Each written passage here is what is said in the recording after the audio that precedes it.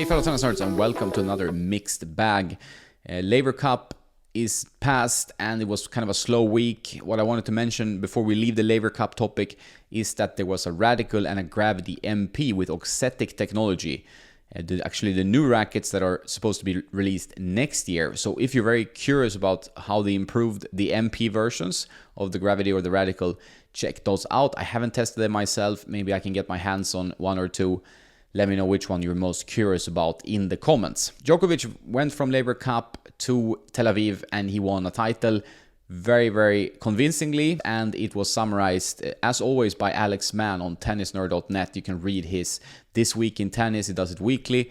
Summarizes the week that passed and also looks at the week ahead with some predictions. So if you want like a quick summary of what's going on in the tennis world on the WTA and ATP, check out Alex's post on Tennisnerd.net every week. Today I received a Yonex E-Zone 98 Tour that I'm very curious to test. I have lots of tennis coming up and I'm really curious about this frame because I really like the previous generation, but I felt it was a little bit stiff, and from what I've heard, this one feels a bit softer. So hopefully this is a winner, but the review to come, first impression, is going to be up on my Patreon as always. Another player that has made the switch to the Yonex E-Zone 98, which seems to be one of the most popular rackets now, at least among Yonex players, is Ben Shelton.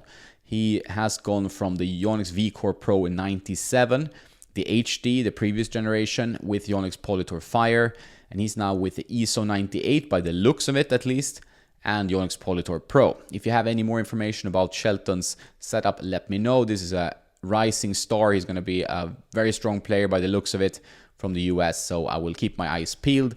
Thanks to Matvey Greshner for pointing it out, and also thanks to Andy Tan, who had some interesting observations.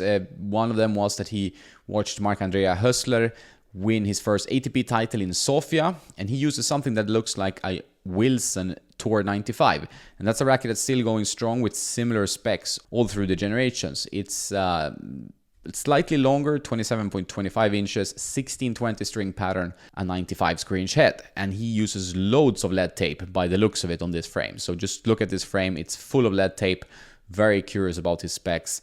Let me know in the comments if you have any insight into what it may be. But this is definitely also a player to watch, Hössler. So he's now the #1 Swiss player. With Federer's retirement, and Wawrinka is not yet back to his old ways. Whether he will be or not, we will see.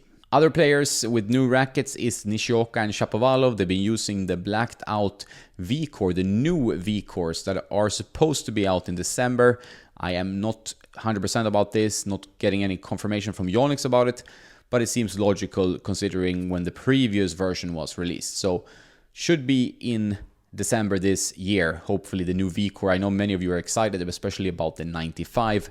But also about the 100, because that one is a popular version on the WTA and among many club players. So more info about the Yonex V-Core line to come. If you have any insight, feel free to share. Andy Tan also informed me that Kwon Soon Woo is using something that is called a PT313.2. Point 2 is the layup, PT313 is the Pro Stock code from Head.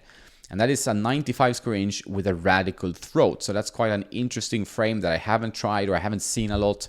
If you have any info about this one, let me know. It should be on Tennis Warehouse forums where there's a lot of discussion, not always 100% correct, but there's a lot of knowledgeable people there as well. I also want to announce that I recorded an online course called The Road to the Right Racket, where I've put as much as I know about rackets in one place, whether it's the fundamentals, swing weight, weight, balance, string pattern, all that stuff.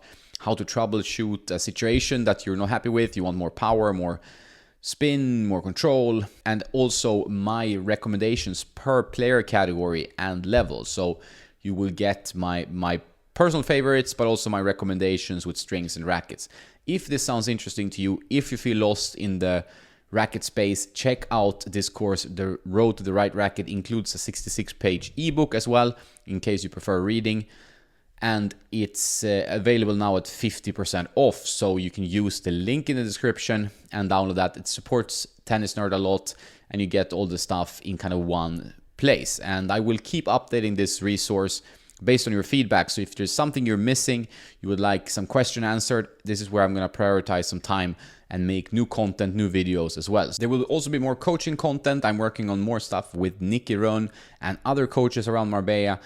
Do you struggle with a certain stroke or a certain part of the game, whether it's footwork or how to hit the forehand or slicing, drop shots, whatever? Let me know in the comments what kind of coaching content you would like to see. We're working on something to be announced also in the near future. I have also recorded a podcast today with Dennis Fabian from Head. Thanks, Jonas, for having me again on the podcast. We wanted to reach a more subtle sound, less of a pingy sound, even if you hit off center, so that the string gives you a certain level of confidence, even on off center hits.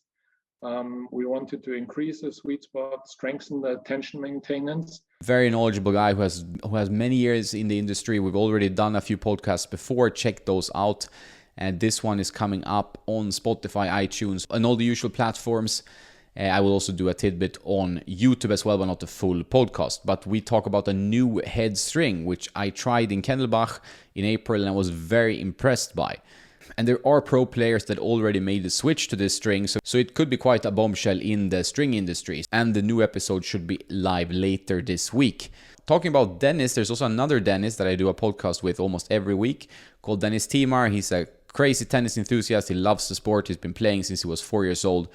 And we talk about all things tennis every week, kind of summarize the week. We get into topics about the tennis industry, where Dennis has worked, new ideas for how to make tennis more marketable, which is a very strong topic and a strong passion of ours.